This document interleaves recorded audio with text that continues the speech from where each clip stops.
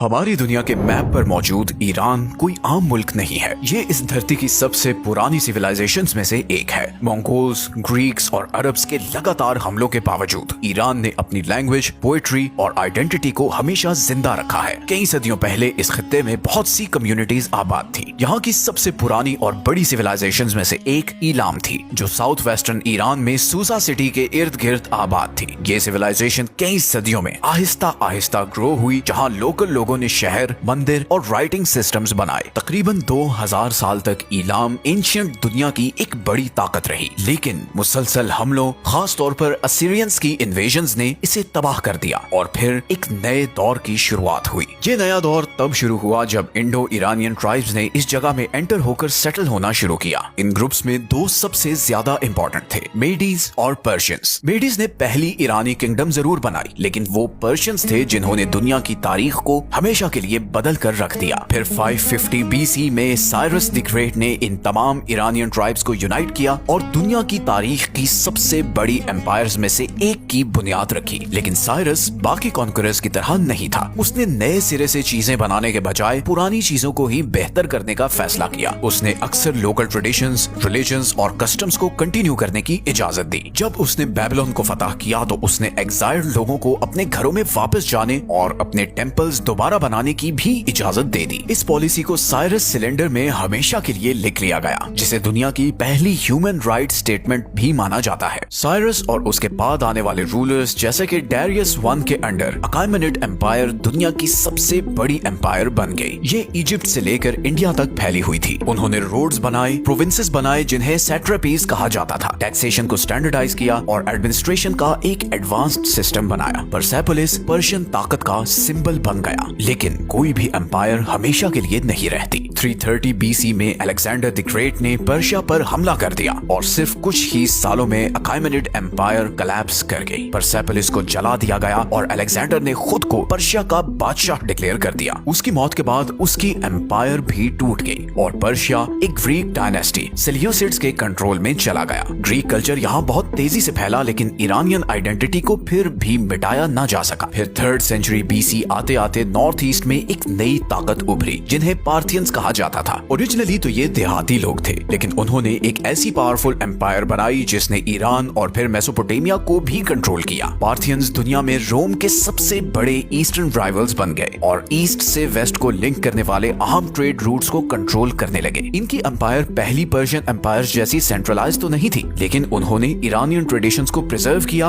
और इस रीजन को पॉलिटिकली स्ट्रॉन्ग बनाया। फिर 224 AD में एक और मेजर ट्रांसफॉर्मेशन हुई जब आर्डाशेर नाम के एक पर्शियन आदमी ने पार्थियंस को ओवरथ्रो करके ससानियन एम्पायर की बुनियाद रखी। ससानियंस के अंडर ईरान एक बार फिर से एक पावरफुल और सेंट्रलाइज्ड स्टेट बन गया। ज़ोरोएस्ट्रियनिज्म को ऑफिशियल रिलीजन डिक्लेयर कर दिया गया और पर्शियन आर्ट, आर्किटेक्चर और स्कॉलरशिप अपने उरूज पर पहुंच गई। ससानियंस सदियों तक रोम और बाइजेंटियम एम्पायर के खिलाफ जंगें लड़ता रहा और ये बहुत लंबी और खौफनाक जंगें थी। 7वीं सदी के शुरू तक दोनों एम्पायर्स बहुत कमजोर हो चुकी थी और यही वो मोमेंट था जब अरब से मुस्लिम आर्मीज निकल कर आईं और उन्होंने यहाँ हमला किया। कादसिया और नहावंद की जंगों में पर्शियंस हार गए और 651 AD में आखिरी ससानियन किंग याज़दिगर्द III के मारे जाने के बाद पूरी एम्पायर का खात्मा हो गया। Iran Aahista Aahista Islamic world का हिस्सा बन गया और इस्लाम पूरे खित्ते में फैल गया। लेकिन यहाँ भी पर्शियन आइडेंटिटी खत्म होने के बजाय अडॉप्ट कर गई। पर्शियन लैंग्वेज एक नई फॉर्म में अरेबिक स्क्रिप्ट में लिखी जाने लगी। पर्शियन स्कॉलर्स, पोएट्स और साइंटिस्ट्स इस्लामिक गोल्डन एज की सबसे इंपॉर्टेंट फिगर्स बन गए। अगली कुछ सेंचुरीज तक ईरान पर डिफरेंट डायनेस्टीज ने रूल किया, जिनमें एक सबसे इंपॉर्टेंट सेल्जूक एम्पायर थी, जिसे सेंट्रल एशिया के टर्किक रूलर्स ने बनाया था। हालांकि सेल्जूक्स पर्शियन नहीं थे, लेकिन उन्होंने पर्शियन एडमिनिस्ट्रेशन और कल्चर को अडॉप्ट कर लिया और पर्शियन को ही लिटरेचर, एजुकेशन और ऑफिशियल लैंग्वेज बना दिया। एक बार फिर यहाँ बाहर से रूलर्स आए, लेकिन ईरान की आइडेंटिटी का कुछ नहीं बिगाड़ पाए। लेकिन फिर ईरानियन हिस्ट्री का डार्केस्ट टाइम आया जब 13th सेंचुरी में मंगोल्स ने ईरान पर हमला कर दिया। उन्होंने पूरे के पूरे शहर तबाह कर दिए और हजारों लोगों को कत्ल कर दिया। ऐसा लग रहा था कि जैसे अब ये सिविलाइजेशन फाइनली खत्म हो जाएगी, लेकिन इस सब के बावजूद ईरान सरवाइव कर गया। ईरान के मंगोल रूलर्स ने खास तौर पर इल्खानेट के दौर में आहिस्ता आहिस्ता इस्लाम और पर्शियन कल्चर को अडॉप्ट कर लिया गया। जो चीज एक तबाही बनकर शुरू हुई थी, वो इवेंचुअली ईरान की रिकवरी का एक नया चैप्टर बन गई। बाद में सेंट्रल एशिया से एक और ग्रेट कॉन्करर तैमूर आया जिसकी मिलिट्री कैंपेन्स इंतहाई जालिमाना थी, लेकिन ये तैमूरिड पीरियड भी पर्शियन कल्चर के रिवाइवल की एक वजह बन गया। समरकंद और हेरात जैसे शहर पर्शियन लिटरेचर, साइंस और आर्ट के सेंटर्स बन गए और इन तमाम कॉन्क्वेस्ट्स के बावजूद पर्शियन सिविलाइजेशन का कोई कुछ ना बिगाड़ सका। फिर पूरी ईरानियन हिस्ट्री का सबसे इंपॉर्टेंट टर्निंग पॉइंट आया। 1501 में इस्माइल I ने सफाविद एम्पायर की बुनियाद रखी और 12वीं शिया इस्लाम को स्टेट का ऑफिशियल रिलीजन डिक्लेयर कर दिया। इस एक डिसीजन ने ईरान को परमानेंटली बदल दिया और ईरान अपने मोस्टली सुन्नी नेबर्स, खास तौर पर ऑटोमन एम्पायर से बिल्कुल अलग हो गया। पर्शियन कल्चर का सेंटर होने के बावजूद ईरान एक ऐसी शिया रिलीजियस आइडेंटिटी के साथ जुड़ चुका था जो अगले कई सेंचुरीज तक उसे डिफाइन करने वाली थी। फिर शाह अब्बास I के अंडर ईरान एक बहुत बड़े कल्चरल और इकोनॉमिक रिवाइवल में एंटर हुआ,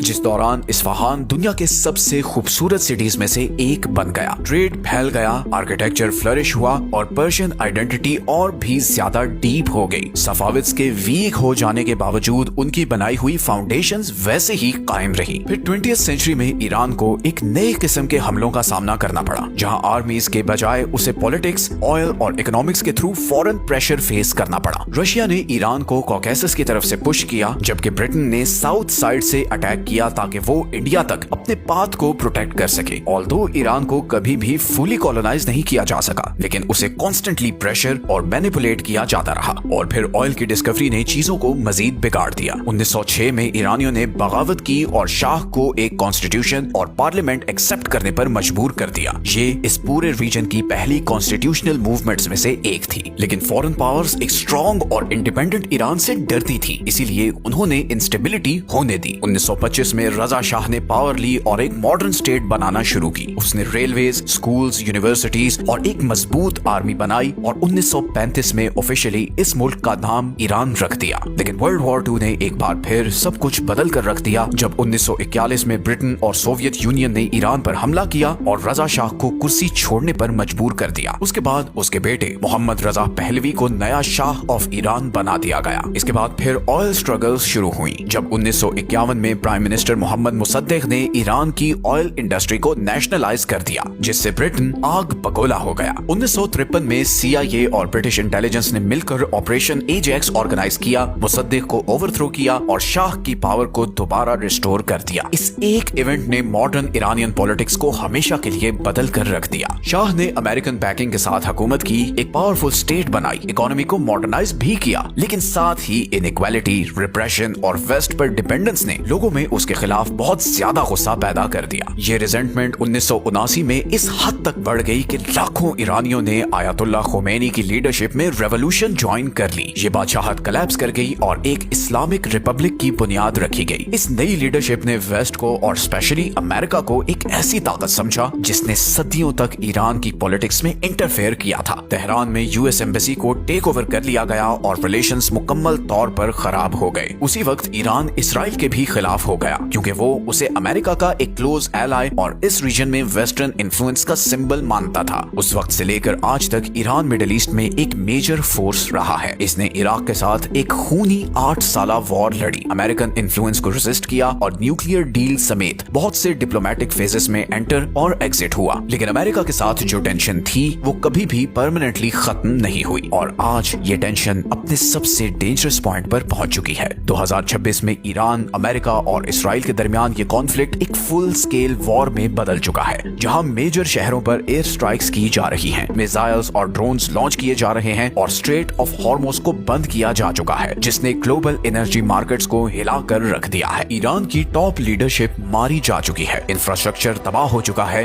लेकिन इस सब के बावजूद ईरान कोलैप्स नहीं हुआ। पिछले 5000 सालों में ईरान को इन्वेड किया गया, रीशेप किया गया और हर डायरेक्शन से उस पर अटैक किया गया, फिर भी ये वही रहा जो ये हमेशा से था, एक एंशिएंट सिविलाइजेशन जो हमेशा सरवाइव कर जाती है।